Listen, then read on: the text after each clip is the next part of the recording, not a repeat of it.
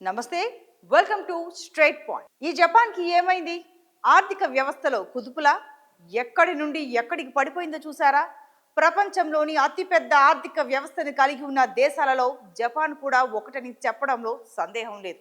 కానీ ప్రస్తుతం ఇది 4వ స్థానానికి పడిపోయింది.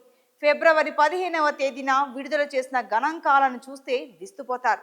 ఈ లెక్కల ప్రకారం ఆ దేశ జీడిపి 2023లో జర్మనీ కంటే తక్కువగా ఉంది. గత ఏడాది జపాన్ నామమాత్రపు జీడిపి $4.2 ట్రిలియన్ నమోదైంది.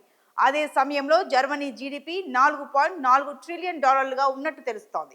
ఇక 2023 సంవత్సరంలోని అక్టోబర్ డిసెంబర్ త్రైమాసికంలో జపాన్ దేశ వాస్తవిక జీడిపి వృద్ధిలో వార్షిక ప్రాతిపదికన 0.4% క్షీణత నమోదైంది. త్రైమాసికం వారీగా చూస్తే 0.1% దిగజారింది. అయితే ఈ నామమాత్రపు జీడిపిని ప్రస్తుత ధరల వద్ద, వాస్తవిక జీడిపిని స్థిర ధరల ఆధారంగా లెక్కిస్తారు. ఇక దేశంలో వృద్ధుల సంఖ్య పెరగడం, పిల్లల సంఖ్య తగ్గడం వల్ల జపాన్ ఆర్థిక దేశ ఎకానమీ క్రమంగా దాని పోటీతత్వాన్ని, ఉత్పాదకతను ఎలా కోల్పోతుందో తాజా గణాంకాలు సూచిస్తున్నాయని విశ్లేషకులు అంటున్నారు. 2010 సమయానికి 2వ స్థానంలో ఉన్న జపాన్ ఆ స్థానాన్ని చైనాకు సమర్పించుకుంది. జపాన్, జర్మనీ దేశాలు రెండింటికి కూడా చిన్న, మధ్య తరహా వ్యాపారాలే ఆధారం. ఈ రెండు దేశాలు గణనీయమైన ఉత్పాదకతతో బలమైన చిన్న, మధ్య తరహా వ్యాపారాల ద్వారా తమ ఆర్థిక వ్యవస్థలను ఏర్పాటు చేసుకున్నాయి. యూరో ద్రవ్యోల్బణం నేపథ్యంలో జపాన్తో పోల్చి చూస్తే జర్మనీ ఆర్థిక పునాదులు మరింత పటిష్టంగా ఉన్నాయని చెప్పాలి. ఇక బలహీనమైన ఆర్థిక వ్యవస్థ కలిగిన యెన్ కూడా టోక్యోకు ప్రతికూలంగా మారింది. బలహీన పడుతున్న ఆ దేశ స్థితిని, ప్రపంచంలో కోల్పోతున్న ఉనికిని తాజా గణాంకాలు తెలియజేస్తున్నాయని టోక్యోకి చెందిన అర్థశాస్త్ర నిపుణులు అంటున్నారు. ఈ మధ్య కాలం వరకు కూడా తమ దేశ వాహన తయారీ రంగం శక్తివంతంగా ఉండేదని, విద్యుత్ వాహనాల రాకతో అది కూడా ఇప్పుడు ప్రశ్నార్థకంగా మారిందని వాపోతున్నారు.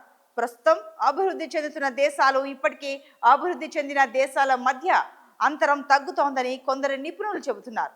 రానున్న కొన్ని సంవత్సరాల్లోనే జీడిపి పరంగా భారత్ జపాన్ను ఖచ్చితంగా దాటేస్తుందని అంటున్నారు. దేశ శ్రామిక శక్తి కొరతను అధిగమించడానికి వలస విధానం ఒక మార్గమని వారంటున్నారు. కానీ తమ దేశం మాత్రం విదేశీ కార్మికులను అనుమతించకపోవడం శోచనీయమంటున్నారు. దీనివల్ల వైవిధ్యం లేని వివక్షపూరిత దేశంగా విమర్శలను కూడా ఎదుర్కోవాల్సి వస్తుందన్నారు.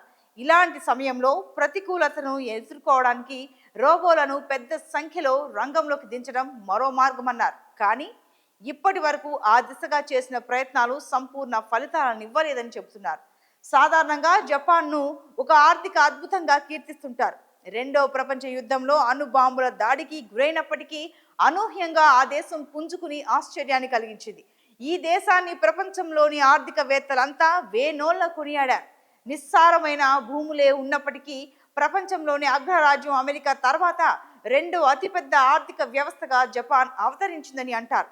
ఈ మధ్య కాలం వరకు దాని కీర్తి అలానే కొనసాగుతూ వచ్చింది.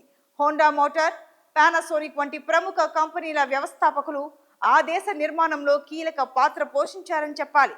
ఇక మేడ్ ఇన్ జపాన్ అని ఉందంటే ఆ వస్తువుకి విలువ ఉండేది. జపాన్లో తయారైన వస్తువులకు ప్రపంచవ్యాప్తంగా మంచి ఆదరణ కూడా ఉండేది. కానీ రాబోయే కాలంలో జపాన్ ఫ్యూచర్ మాత్రం అంధకారంగా మారే ప్రమాదం పొంచి ఉందని అంటున్నారు నిపుణులు. ఇది వాటి స్ట్రైట్ పాయింట్. మరో పాయింట్ మళ్ళీ కలుసుకుందాం. Keep watching 6 TV.